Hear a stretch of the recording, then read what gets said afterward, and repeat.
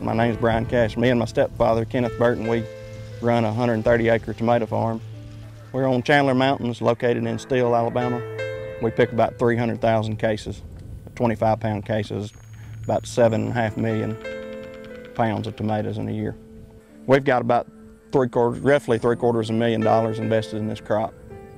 95% of it's already in the ground. Our last planting has stakes on it, and it has one string on it. If our workforce leaves, we would lose $400,000 or $500,000. These tomatoes here should have been picked about 3 weeks ago.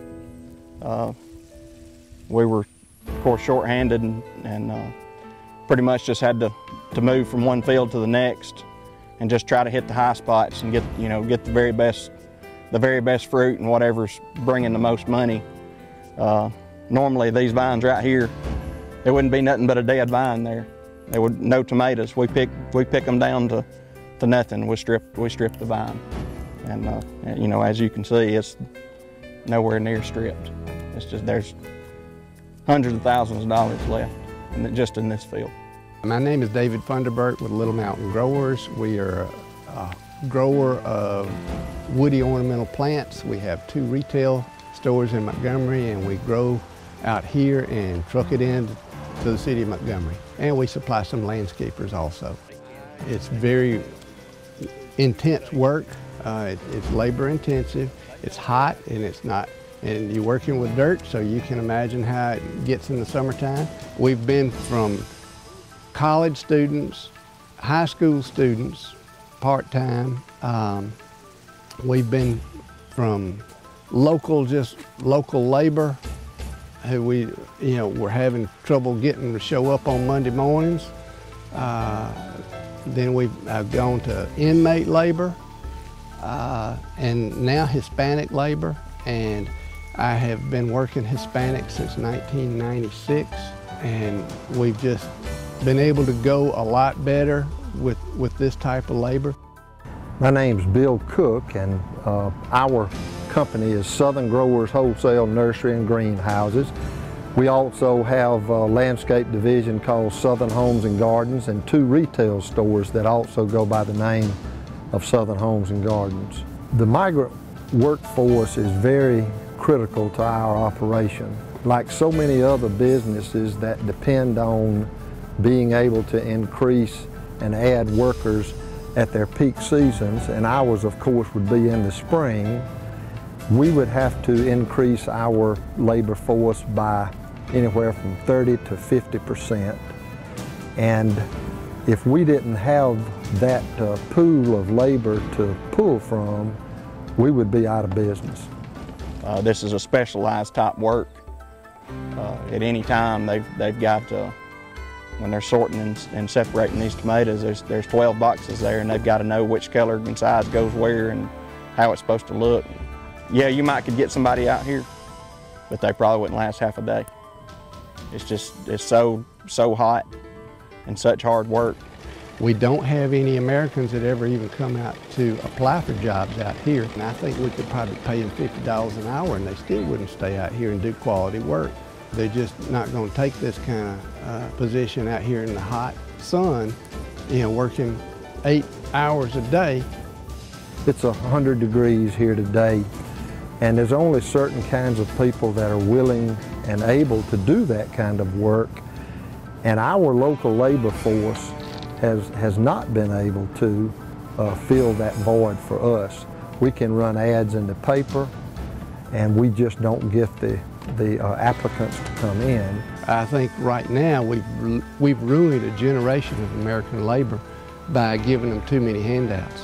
People, they don't want to work for it. Why work for it when you can go home and sit on the couch? And going back to 1995, 16 years ago, we had to go out and recruit extra help to get the work done on the potting and the pruning and the pinching and the order pulling and all of the manual labor that we have to do. And we actually were almost out in the highway flagging cars down trying to get help, and we're on the verge of shutting our business down We have 14 employees. Per hour, they make as much as my American labor that are regular salespeople and whatnot. They're making that much. Plus they make a little more because I'm paying for their housing and I'm paying for their utilities. I pay everything except for their cable TV. We've been picking 5 weeks and our payroll hadn't been under $65,000. And we're working 51 people. If this all were to stop, it's gonna go anywhere. It's gonna go from our packaging companies are gonna be gone.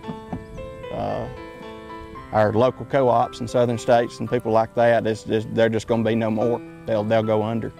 It's gonna trickle down to other folks. It's gonna go to the grocery stores.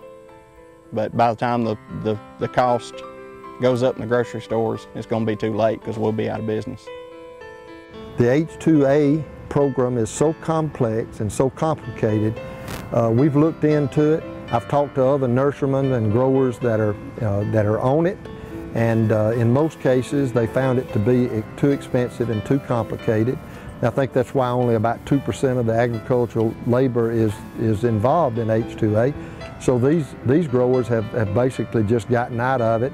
I can plant this whole mountain full of tomatoes, but if I don't have anybody to pick them, then it don't do me or anybody else any good.